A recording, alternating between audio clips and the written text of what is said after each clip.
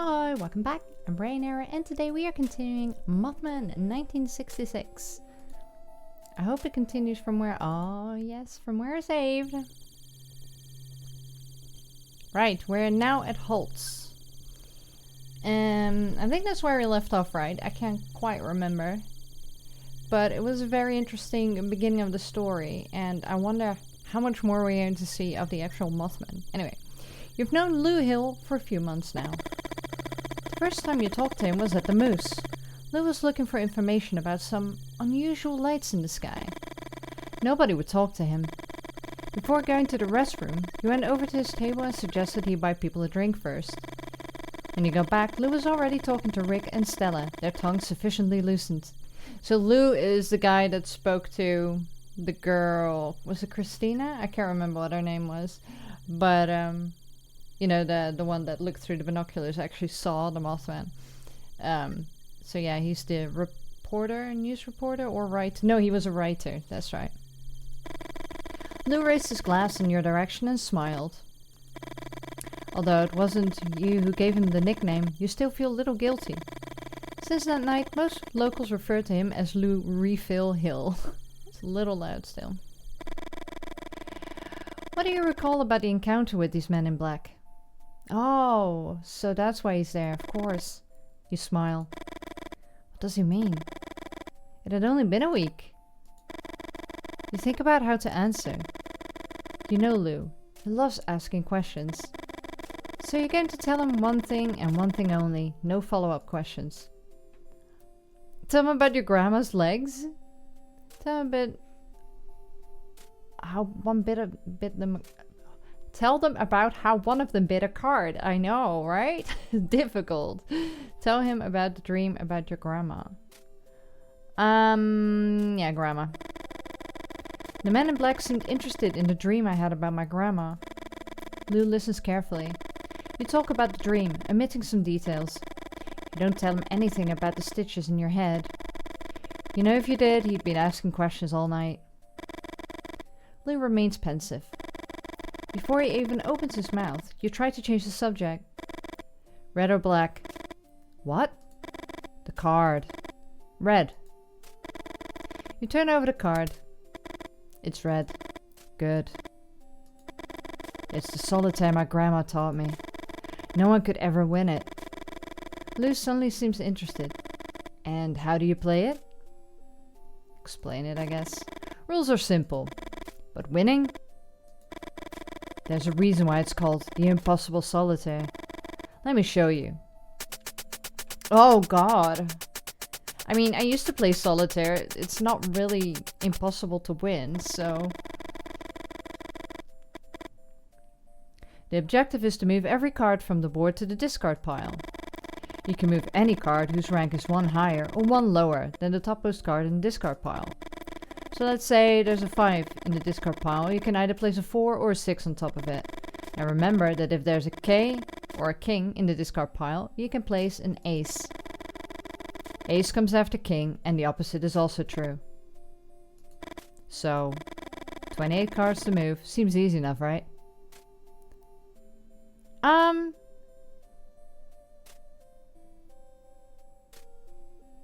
Yeah?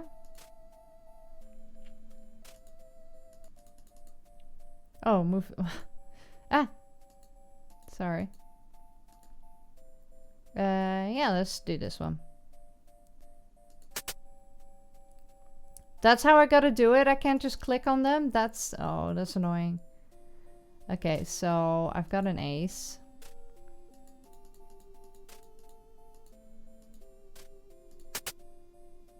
And I've got another king. Oh no, I didn't mean to do that. Shit. Sorry. It's just weird because I have to do this constantly. Why can't I just click on it? Alright.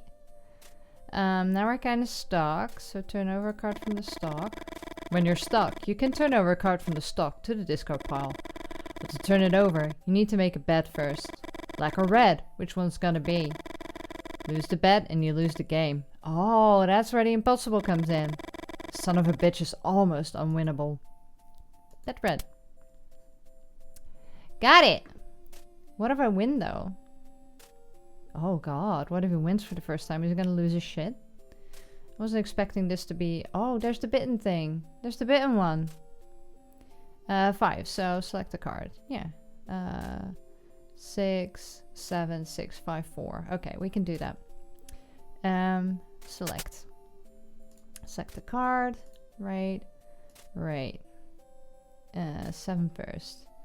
Select. I used to play like solitaire all the time, so hopefully I won't bugger it up. I could do 7 again, but there's no point, so I'm gonna do this one. To free that up, select a card, and then take this one. Right? No 3s, nothing. Okay. Stock. Black. Oh shit. Oh, for fuck's sake. I guess it is really hard, huh? Leave the game. You hear barking from the back of the station. That was a bark? Whoa. Trent.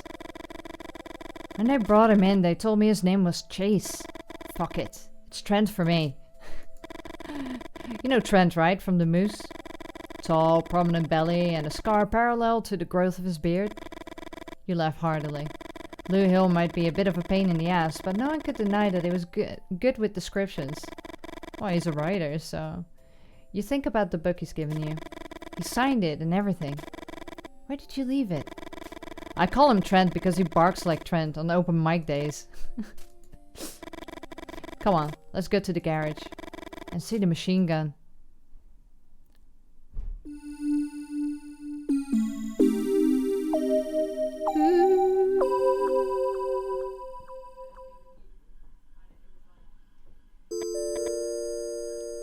Ah, Victoria. Right.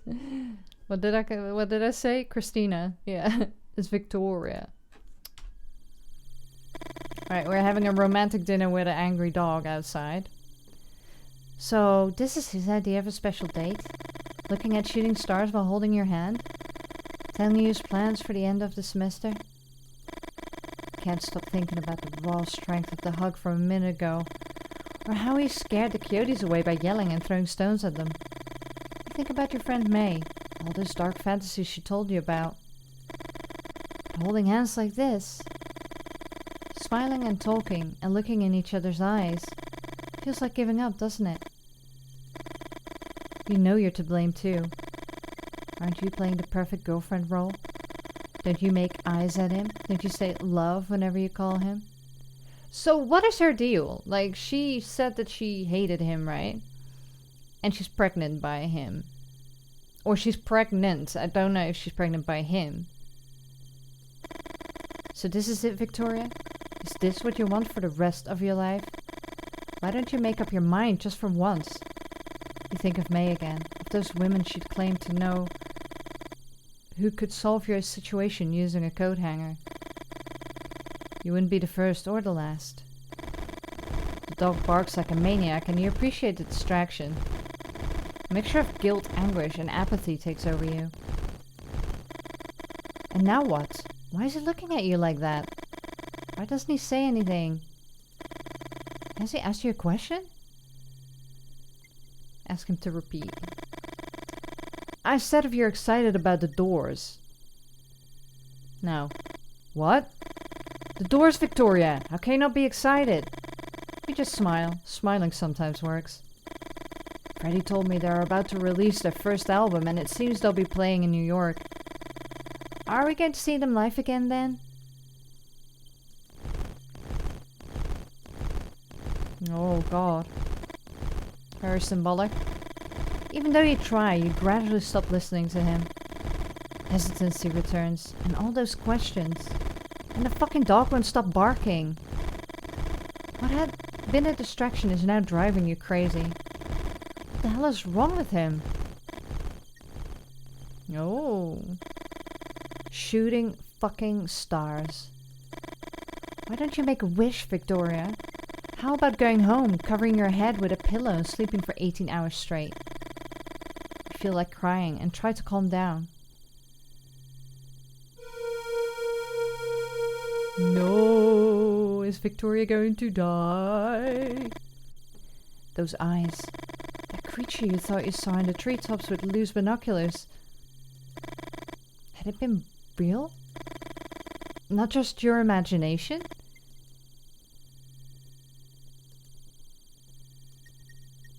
Oh. Vic! You know what?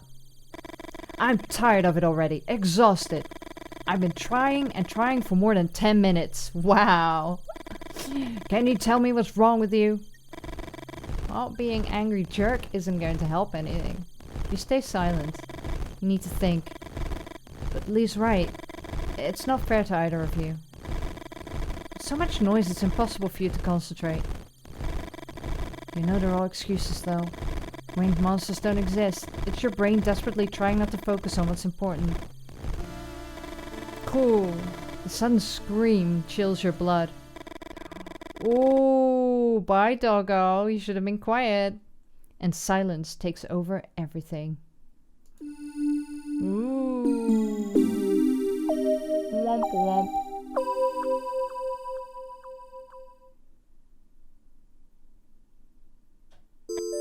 Ah, back to Holt.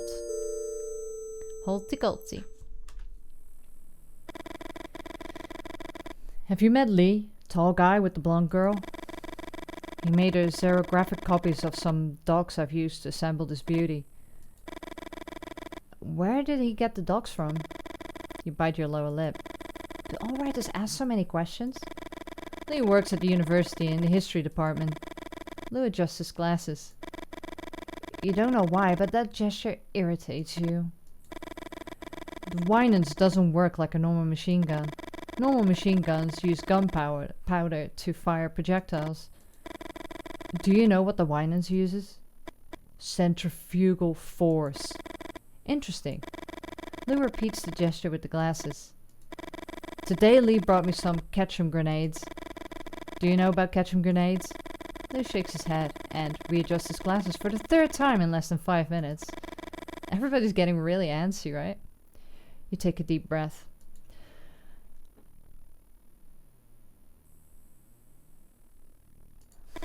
Maybe some other time. Lou's about to say something when you hear a scream that makes your blood run cold. You grab the shotgun without thinking twice. It's coming from the back. Come on. You don't have a good feeling about it. Something's not right.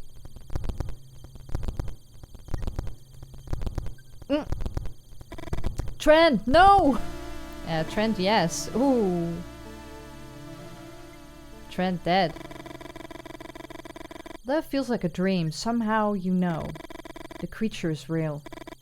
Your dog's suffering is real. I thought he was dead already. There will be no waking from this. Ooh. Shoot him. You aim your gun. Shit. But you don't have a clean shot. What do you mean? What do you mean? You don't have a clean shot. It's a giant fucking creature. Shoot him in the fucking head. You hear the muffled moans of your dog, and the fury blinds you. You drop the shotgun and grab onto the chain. Son of a bitch is going to strangle Trent. Ask the rest to help you. Come on, hurry! But before they arrive, you feel the pull. Oh no. And the floor disappears under your feet. Hold on. Oh, I died. Well, I wanted to see, you know, I'm not just gonna leave Trent. Though you managed to hold on for a few minutes, you finally let go and fall into the thick of the forest. Tree branches penetrate your body, and you die before reaching the ground. Retry. Fine, release. Hold! You know you should hit the floor soon. Don't move! Ooh. Listen to Vic, Holt. Her sister's a nurse. No bones seem to be broken. My dog. Victoria and Lee help you to your feet. Lou doesn't take his eyes off the winged creature for a single second. You let go! You just let go! What? 1 second. I know where your dog is, Holt. Wait a minute! Got something in the car. God, I couldn't read that for a second. Oh, let's go. He is pissed. A gift from Freddy. Cool, right? You try to get up, but you feel dizzy and stumble. Victoria gives Lee a disapproving look and helps you keep your balance. Follow me. Thanks. He would have liked to smile at her. After all, Victoria just wants to help. But I can do it by myself. You get your rifle and walk with the rest into the blackness of the forest. We should go in. That direction. No. I think we should go that way. Lee. Now what? The place where Trent fell. I've calculated by projecting the point where the creature dropped it on this map. You've calculated? You've calculated, you say. Weren't you a writer? Lou, don't mind him. Do what you want. Constantly checking the map, Lou leads the group on. We should be close. There! Your heart is pounding. Please. Compress his chest. Use both hands, just like that. How curious. Did you know that the cardiopulmonary resuscitation procedure was discovered by Dr. Knickerbocker while he was trying to save a dog? As he speaks, Lou carefully examines the tops of the trees. It was at Johns Hopkins University. Victoria rests her hand on yours and moves her head from side to side. You stop pressing, and a few tears roll down your cheek. The interesting thing is what happened to the dog afterwards. Time to shut up. Lou, shut up. Shut up, or I'll shoot you right in the face. Why didn't you shoot? Why did you try to blow the creature's brains out? Deep down you know that's just the guilt talking, and that maybe there was nothing you could have done differently to save him. Lee, have you seen Lee? You stand up and look around. Lee's gone. Just let him go. Let him go. Waste of space.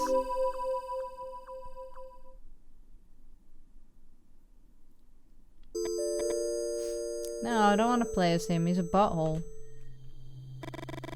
Walk faster to keep your thoughts at bay. What the hell is wrong with her? Why does she even listen to him? Writer, says the fucker. What a loser. You walk through the woods, confident that you will be the one to find Holt's dog.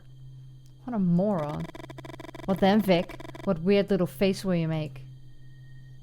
Oh, please shoot him. Hello? You feel like someone is watching you. You're walking through a dense forest area where the darkness is almost total. You walk even faster than before. Finally, you reach a clearing and look at the sky. The meteor shower is gaining intensity. Your heart is in anguish and you find it hard to breathe. Are you watching the Leonids, Victoria? Are you? You hold your head in your hands. Cry. Macho cry. The last time you cried like this was when you were 16. Oh, it was one of those. You'd come home early and found him hitting your mother. You tried to separate them and your father took it out on your ribs. His blows were like a rain of sledgehammers, and his breath reeked of alcohol. He pushed you against the wall and you ended up on the floor. Your mom was clutching her head when your dad took a deep breath and kicked you in the stomach. Won't hit you in the face because it's the only thing you got going for you. And one day you won't have it anymore. You carry your father's photo in your wallet not to remember how good he looked. Hell no. Whenever the pain was too much, you'd scratch his entire face until his features blended with the cuts in the paper. What the... You seem to hear something. A kind of rumor. You think of the noise hands make when they shake the dust off an old volume. A river? You try to think about the map you've got in the car. I can't remember seeing a river here. Further west, sure, but here? As you get closer, you hear it more clearly. You feel kind of calm.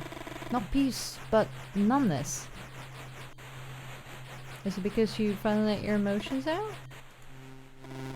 Suddenly, the whitest light you've ever seen floods the ground. Even when there's no river nearby, the sound is deafening. What? You feel the light pulse with painful intensity, as if millions and millions of red ants were sinking their little jaws into your skin. Pain turns into light. You want to scream, but you have no mouth. Nor larynx, nor lungs. And the white that precedes everything consumes you. You don't know how long it takes. You feel the urgency of what is yet to be, and white makes you desperate. Goatman? Goatman! Yeah, Goatman! Ooh. You feel the white light leaving your body, and you hear your own voice screaming at the top of your lungs. Oh, they disappeared. I want to know who the three guys are. They're the most intriguing so far. You drop to the floor and cover your head with both hands. You're filled with a sense of completeness that you cannot explain. We all need a little darkness. What? Oh, why didn't they just take him? Take Lee, you know? Lee! Where's that idiot? Calm down, Victoria. Lee knows how to take care of himself. Yeah, we saw that. Holt's right. Lee's going to show up eventually. Did you know that he chased away a pack of coyotes with screams, some stones, and a blow on the hood of his car? Lou smiles. I wonder if it's authentic or calculated gesture to show some empathy. Holt? What? What's your business with Lee? Holt looks at you for a few seconds before answering. You think of one of the computers at the campus. The IBM 7040. You know what it's called because you once wrote a poem with that title. Holt is like that computer. From the outside, it's impossible to tell what it's evaluating before giving you an answer. You can ask him directly when we find him. I wonder if you could have done something differently. A new input.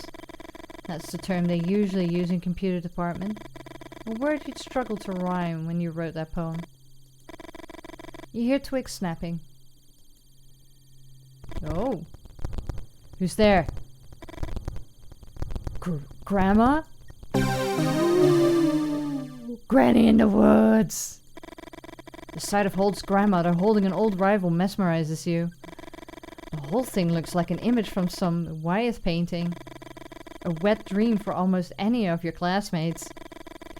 An image that not only defies gender stereotypes, but also demolishes social constructs like that of grandma in the classic stories. Whoa, Granny, you don't look so good. The expression on Holt's grandmother's face changes. Her features soften. Those are softened features? My legs. Grandma! No, Grandma. Holt picks up his grandma and helps her sit against a tree trunk. He looks at his dog's corpse and beckons you to come closer. I need to bury Trent before carrying on. You nod your head. How do you feel, ma'am? Confused. Here, Victoria. You didn't hear him approach. You grabbed the handkerchief without thinking twice. A strange feeling runs through your body. Shouldn't you have at least considered some other option? Why? Why is she feeling like that constantly now? Clean up her legs. What's wrong with her legs? Oh, mud. You rub the handkerchief against her calves and gradually remove the stains. Mud stains, I mean. Scrub harder! I was probably your age when I stopped feeling my legs. Holt's grandmother sighs and closes her eyes. Have you ever seen so many moles together? Lou speaks almost in whispers. You wonder why? Let's go. Lou picks up the old rifle and examines it briefly. Holt looks at you with an expression you can't quite make out. Are you okay? No, you're not okay. But what are you gonna tell him? That you're pregnant? That your boyfriend is missing? That winged creatures out of old pulp magazines are apparently more than just fiction? Walk for a while in silence. What was... Try to think of something else, Victoria. A few minutes ago, you all started hearing the screams, noticing sudden movements in the treetops.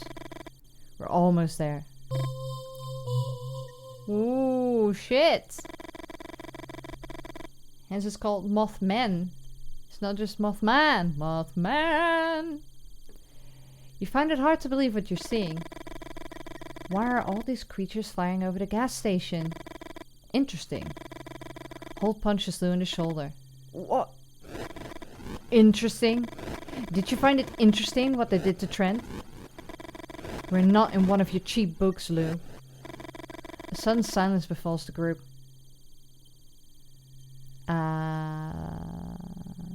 Suggest a plan? Listen. No. You just cover me. You close your fist tightly, trying to exercise the impotence you feel. Was it that hard for him to hear what you had to say? You shake your head from side to side. What's even the plan? Running with his grandma in his arms? Why does he have to be the hero? Hold! Well, bye. The shriek chills your blood. Fuck! Lou looks at you as if he's waiting for something. How many bullets in your rifle? 3. Oh, fuck it. Hope it's enough. Holt and Elsie are halfway to the gas station. 2 wind creatures on the street lamps. The light, Victoria. These creatures seek the light.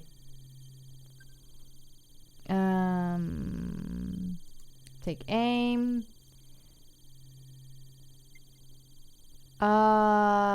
Shit. It's 3, right? Yeah, so if we just do these 3 at the top, like on the left, right, then... Oh yeah, fuck, how are they facing? Because they're gonna be weird like that again, right?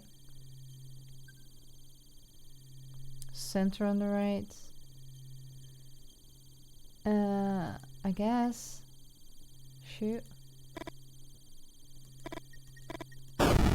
Right, that's 1. So he's probably gonna go to that one. That's right. Where do they need to be? They need to be here, right, at the top. 2 bullets left.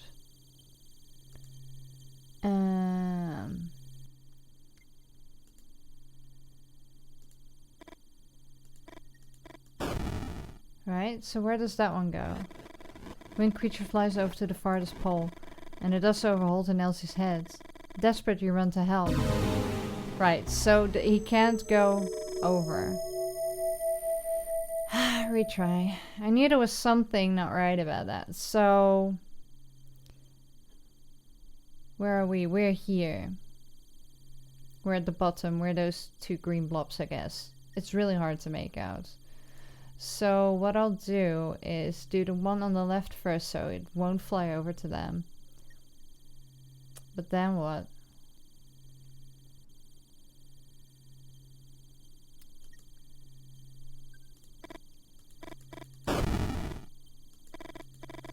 Too far away? No. You kidding me?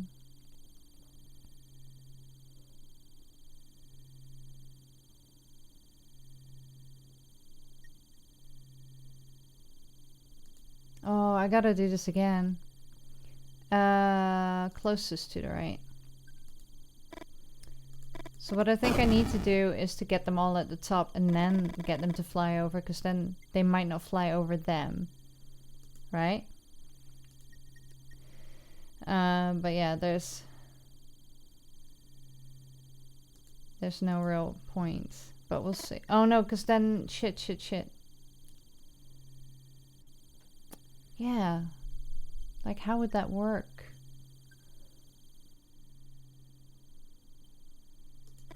Because it still goes over them, right? Yeah. Oh. Retry. Alright, so that was too far away. So if I shoot the middle one first, then this one should fly over this way, and this one should fly over that way. So under and over. So the middle one, center. I guess. Right?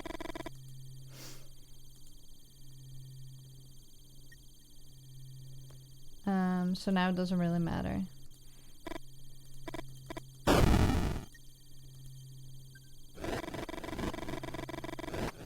Yeah, the winged creature flies over to the farthest pole. Yeah, so we got that. But then if I shoot this one...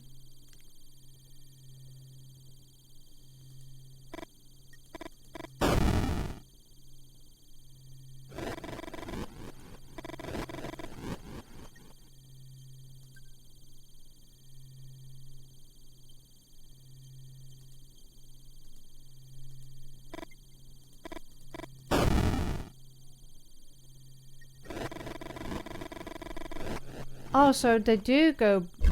Oh! Oh! The two creatures fight and take flight and get lost in the night! It was that easy. See, I was thinking like they couldn't both go onto it. That's why I kept making the choice that... Anyway, run. All clear! Help me with Holden and Elsie. And let's inside. Let's get inside, fast! Right. Is someone going to make a wish? You laugh under your breath. You look at Holt and he looks away. You wonder if he's pissed because you saved him. You still can't believe everything that happened tonight. You know that as soon as you stop to think, you touch your belly and fight back the tears. Lou looks at his watch. Whoa! The Leonids are reaching their point of highest intensity. I don't think those are Leonids, dude. The screeching is deafening. Freaking creatures. I think I saw one in a dream I told you about, Lou. Lou stares at Holt's grandmother. Are you sure it was a dream? Lou's about to add something, but suddenly falls silent. You approach the window and rest your hand on the glass. You can't stop looking at their dance. Before meeting Lee, you had some experiences in college. Experiences by which you sought to open the doors of your perception. Lee doesn't know, and you don't know how he would react if he found out. But the strange dance of these creatures in the sky beats anything you experienced while tripping.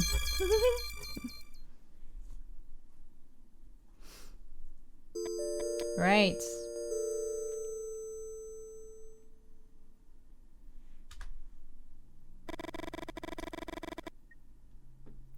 They called him the Hivaro of the Hills? What he did lacked a ritual component. It had nothing to do with the taxidermy business, even less with mummification. His shrunken animal heads were art, sold as collector's pieces. One afternoon, Liam, his only nephew, stole a bear head. The head had been emptied of viscera, and was floating in a solution his uncle used in the early stages of the miniaturization process. Liam lifted the head out of the bucket, wiped it dry and put it on like a helmet. He stripped naked, left the house, and ran into the village. Liam entered the church in the middle of mass, screaming at the top of his lungs, waving his arms up and down as if he were clawing. One of the congregation members pulled out a gun and shot him. You remember the sheer terror you felt when you saw the bear man running towards the altar. Oh! This is worse. Oh, so it's not just Mothman. Oh no. Ugh. Worse? Worse than what? Tell him about Liam.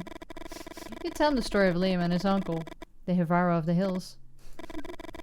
Somehow you feel safe telling them stories from the past. As for what's on the other side of the window, this fear can't be any more present. Got some clippings from the case. Liam's story was an unfortunate event. It explains what happened to him, but it also provided an all too easy explanation for other sightings in the area. The dog man, the owl woman.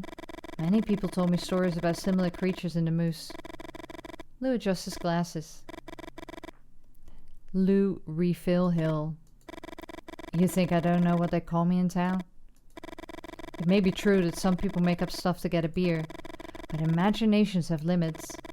And in the long run, we tend to rely on real experiences when telling a story. Mothmen. They're somehow related to the Leonids. Or the Leonids? Leonids? Leonids, yeah. And the gathering of all these creatures. Maybe he's right. And all the creatures outside started to appear after the aerial dance of these Mothmen. Ask why Mothmen? Oh, check on Grandma! Ooh. Grandma? Better? What are those shrieks, love? It's painful for you to see how confused she is. 1 second. You turn on the radio. Static.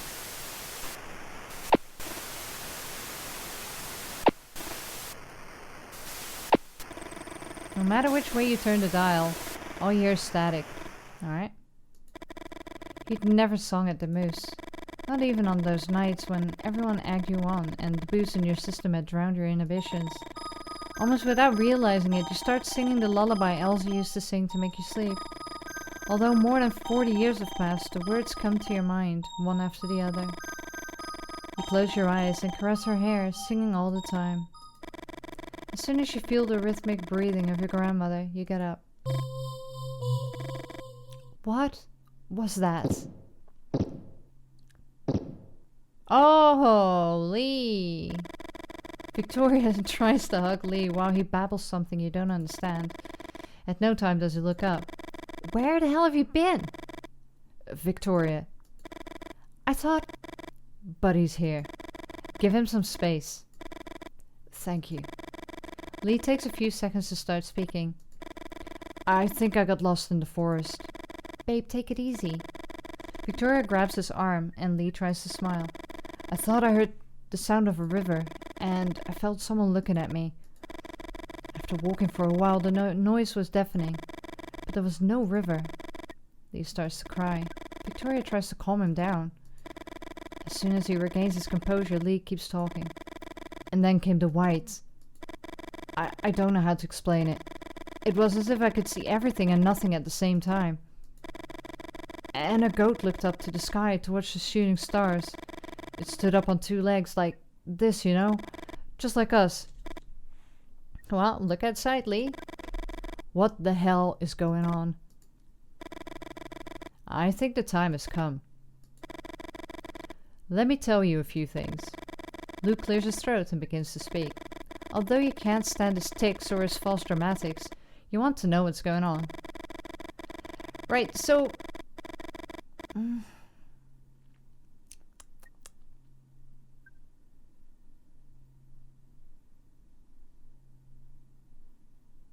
You know, is it just me, or like if I saw loads of like half-human animals outside, I would not like start telling stories right in front of the glass. I would go hiding in the back of the store where it's safe. Like get everybody together in the safe room, have weapons ready, turn the lights off, have food and water and everything else, and just hunker down for the night. Not stand in front of the glass looking at all these creatures like, hey, we're in here, we're going to have a story time now. And every 33 years, huh? 33 years, that's dark. That's what it was. Maybe that's inspired by this. I thought it was, I can't remember which series I reckon it was last time. But yeah, Dark is every 33 years. Something, the cycle starts over again. And if you haven't watched Dark yet, you should. It's great. And watch it in German, for fuck's sake. So the Leonids occur every 33 years. Some are intense, like those of 1833, or the ones in 1866.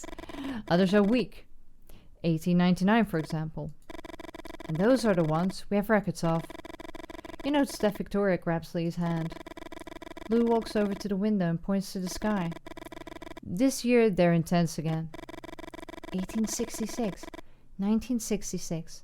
Why a 100-year difference and not 99? That 1 year discrepancy bothers me too. And I think it has to do with the problems of our calendar and the periodic adjustments that we are forced to make. Tell me, have you ever seen a medieval manuscript? No one answers. Just as you're about to open your mouth, Lou continues. They are usually adorned with warrior rabbits standing on 2 legs. Do you think these rabbits came from the imagination of medieval scribes alone? Those rabbits existed, and they were annihilated by man. Each meteor shower spawns new bipeds. And it wasn't one of these storms that mankind arose. Oh. What makes us different from all of them is that we survived by destroying any other biped that came along, or by reducing them to the realms of gossip or fiction. Outside, the creatures begin to fight. Why? What motivates them? What about Lou? Should you believe everything he says? No. After all, Lou is a writer. The Grandma's cough sounds like the noise of a tractor's engine refusing to start. Oh. Grandma? You have to kill them all! The voice which she speaks seems to come from much further back than her throat. We had a secret weapon, and we should use it to finish off the upright beasts. But they decided to test it in the war. Elsie? What are you talking about? Whoa! I wanted to take the Winans from the battlefield, and they... Your grandmother caresses her legs. I just want to finish the mission. Victoria and Lee look at each other. Lou walks up to you and tells you almost in a whisper, I bet the moles on your grandma's legs correspond exactly to her grandpa's wounds. Do you ever tell Lou about your grandma's legs? You're confused, and Lou seems to notice. It's not just free beers at the Moose Hole. People tell me things. Lou speaks softly, but his words resonate loudly in your head. The moles on your grandmother's legs? Her grandfather's legs riddled by bullets in the Civil War? Could it be that Elsie's grandfather was talking to you through your grandmother's body? The Winans? The Winans! A project that has obsessed you for a long time, and now you think you know why. You decide not to think too much about Elsie, her grandfather, the moles, the man in black. You're terrified that behind all your decisions, something more than your own free will was at work. That's usually the case, though. Come on. The Winans! Quick, let's get her out. No. It's still not working. What do you mean it's not working? It has some kind of safety mechanism. And I still haven't been able to assemble it successfully. Here, see? The L's. You look at Lou with curiosity. On the blueprints, there. Those L's are the rubric? Of a secret society founded in the middle of the last century. Yeah, it's not so secret. You know about it, is it? Lou doesn't answer you. Why the L? Some say it's because of the way the knight moves on the chessboard. Others say it's because of Lewis Carroll. Others say it's because of Lou. The author of Alice in Wonderland. Exactly.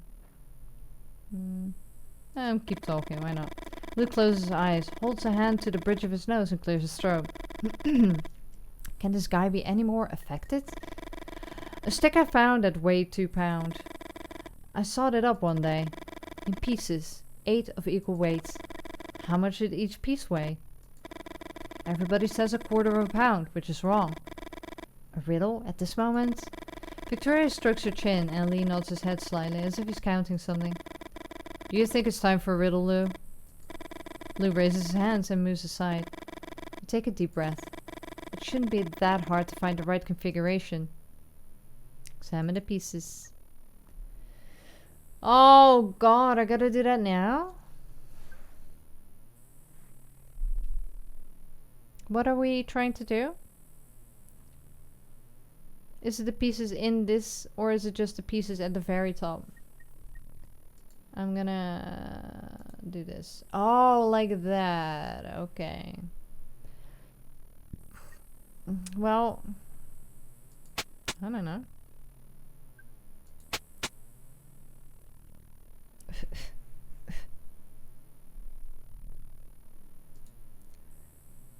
This is gonna take a long time. So I gotta make them all L's, I'm guessing.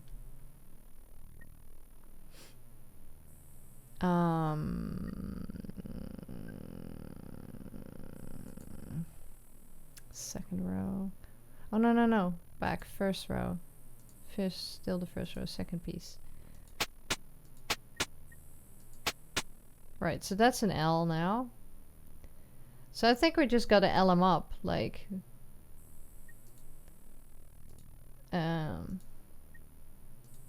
Right. That's another L.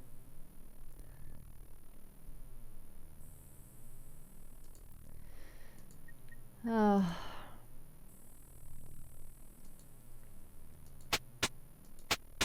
There's another L. Back, 7 pieces, second row, second piece, it rotates. There's more L's, back, 7 pieces, second row, third piece, lift. There you go, more L's, fantastic. I mean, I don't know if this is the correct way, but I can't see what else I can do. And if it's not that, then I'm gonna leave it for another day. But it should be what I need to do, right? There, back. And then third row, third piece. Oh, it was already an L-y, sorry. Didn't even see. Right, so that's all L's. Test it. The mechanism locks into place with a click. Although outside the creature's shouts are getting louder, you can't help but feel certain happiness. The wine ends is finally complete. Now everybody, out! Elsie stands next to the wine and is holding the rifle. Oh god. Lee, Lou, and Victoria stand back a little. You crack your knuckles and take a deep breath. At the helm of the Wynand's steam-powered machine gun, you feel something strange. You find it hard to put into words. Sorry, I just saw Grandma's face there. It's just somebody... it's as if somehow the present has given way to the past. Oh, great. Rabbit men! They are weak creatures. Cannon fodder in the war against the upright beasts. I don't know. Whoa. Aim to the left. Shoot, I guess. Is this what I need to... Whoa. Let's do 2 at the same time. I mean... Oh no, am I gonna die? I might. Oh no, okay.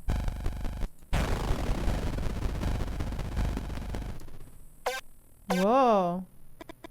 Beware of the dogmen! They're behind the rabbit men! The dogmen are more resistant than the rabbit men. And if you hurt them without killing them, they get mad! Alright.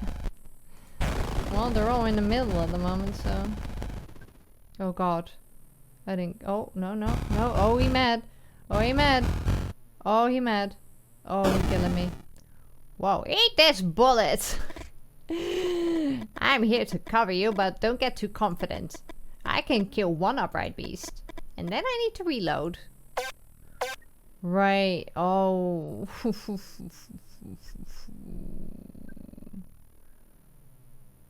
Good. Hey! Where are you going? I don't know who just... What? Okay, we're going to do right, I guess. And then that one will get angry. And then she shoots.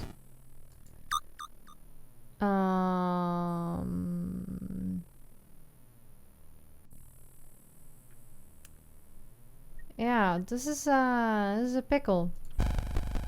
I'm gonna shoot you first. Oh no, I got 2 Angies. Oh no, 1 Angie one. Yeah, so she can shoot him. But then the bunnyman will get her, right? So how am I gonna do that? Oh, it starts at this. Okay. I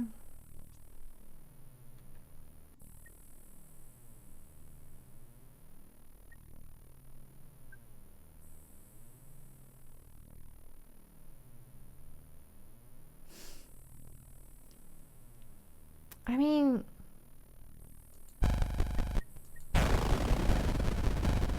I'm gonna be boned whatever I do, so...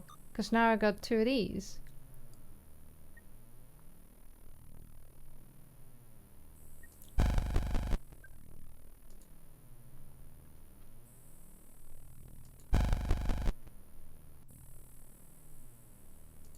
Oh, but they will be killed by all of them.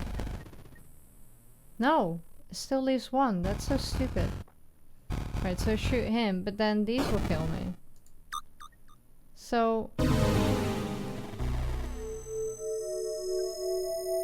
How do you want me to do that? Huh?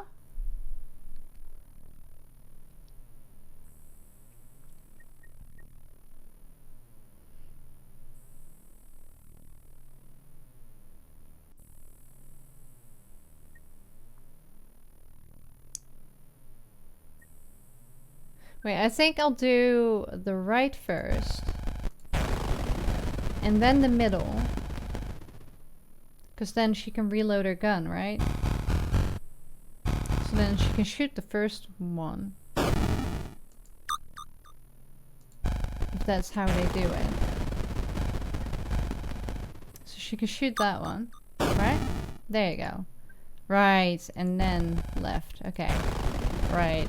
I get you, I get you. Okay, please no more. No, I said no more. The 2 men and the woman. Gone. Deserters. Stay shooting bipeds. Send Elsie to look for the rest. Can I look for the rest? You shake your head from one side to the other. You know that Lou was the first to leave. And the helplessness eats you up inside. Go look for them. But if we're going to fight here, we fight all together. Right, cool. I thought it was gonna go on for a while. Yeah, I don't think we can win it on our own. Anyway, that was really interesting. So we are now fighting whatever it is we're fighting. All these bipeds that apparently Lou believes that people came from, you know, evolution. Ha! Who heard of such a thing? Anyway, it's really interesting and a little bit creepy in places. So thank you so much for joining me. Let me know what you think as always, and we'll see you when I see you.